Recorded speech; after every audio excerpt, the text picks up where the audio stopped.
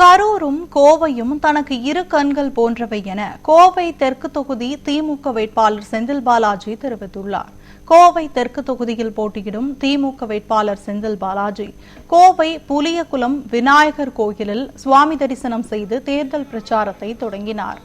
இதனைத் தொடர்ந்து பேசிய செந்தில் பாலாஜி, முதலமைச்சரின் சாதனைகளை எடுத்துக் கூறி பொதுமக்களிடம் வாக்கு சேகரிப்பேன் என்று தெரிவித்தார்.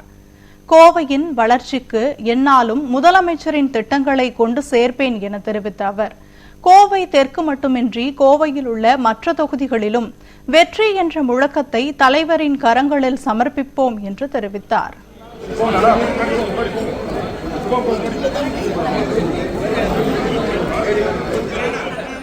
முதலமைச்சருடைய நல்ல ஆசையோடும் துணை முதலமைச்சருடைய ஆதரவோடும் தோழமையினுடைய நல்ல ஆதரவோடும் கோவை தெற்கு சட்டமன்ற தொகுதியில் 2026 சட்டமன்றத்தினுடைய பொது தேர்தலில் புதிய சூரியன் சின்னத்திற்கு மக்களை சந்தித்து வாக்குகளை பெற்று ஒரு மகத்தான வெற்றியை கழக தலைவருடைய கரங்களில் சமர்ப்பிக்கும் அதற்கான பணிகளை முன்னெடுத்திருக்கின்றோம்.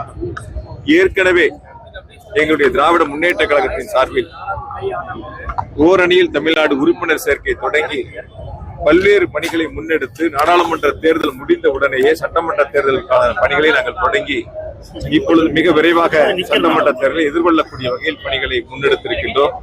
ஆகையால் இந்த சட்டமன்ற தேர்தலை பொறுத்தவரை கோவை தெற்கு சட்டமன்ற தொகுதியில் நிச்சயமாக உதயசூரியன் வெற்றி பெறும். நாங்கள் அனைவரும் இணைந்து எங்களுடைய முதலமைச்சருடைய கரங்களில் வெற்றியை சமர்ப்பிப்போம். அதிமுக சொல்லியிருக்காங்க, கோவையில் திமுக வாய்ப்பு கொடுக்காம கரூருக்கு வாய்ப்பு கொடுத்திருக்காங்க அப்படிங்கிறாங்க.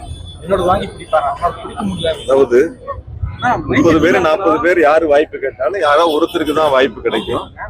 அது அந்த வாய்ப்பு யாருக்குங்கிறது முடிவெடுப்பது எங்களுடைய தலைமை கழக தலைவர் அவர்கள். அந்த வகையில ஒரு வாய்ப்பை போட்டியிடுவதற்கு கொடுத்திருக்காங்க. வாய்ப்பு கிடைக்காதவங்களுக்கு மற்ற வாய்ப்புகள் உருவாக்குவாங்க. எத்தனையோ வாய்ப்புகள் இருக்கு இயக்கத்துல, அரசாங்கத்துல. அந்த வாய்ப்புகளை அவங்க உருவாக்குவாங்க. திராவிட முன்னேற்ற கழகத்தில் யாருக்கு வாய்ப்பு கிடைத்தது யாருக்கு கிடைக்கவில்லை என்பதை ஆதங்கப்பட வேண்டிய அவசியம் நீங்கள் சொல்லக்கூடிய அந்த கட்சிக்கு தேவையில்லை. அந்த கட்சியில் யாருக்கு வாய்ப்பு இருந்தது யாருக்கு வாய்ப்பு இல்லை என்பதை அவர்கள் யோசித்து பார்த்தால் போதுமானது. எங்கள் இயக்கத்தில் எங்கள் தலைவர் முடிவு செய்வார் யாருக்கு வாய்ப்பு கொடுக்க வேண்டும் என்பது. அந்த வகையில் எனக்கு வாய்ப்பை கொடுத்து கோவையில் நிற்பதற்கான உத்தரவுகளை வழங்கியிருக்கிறார். அதற்கான பணிகளை நாங்கள் முன்னெடுக்கிறோம்.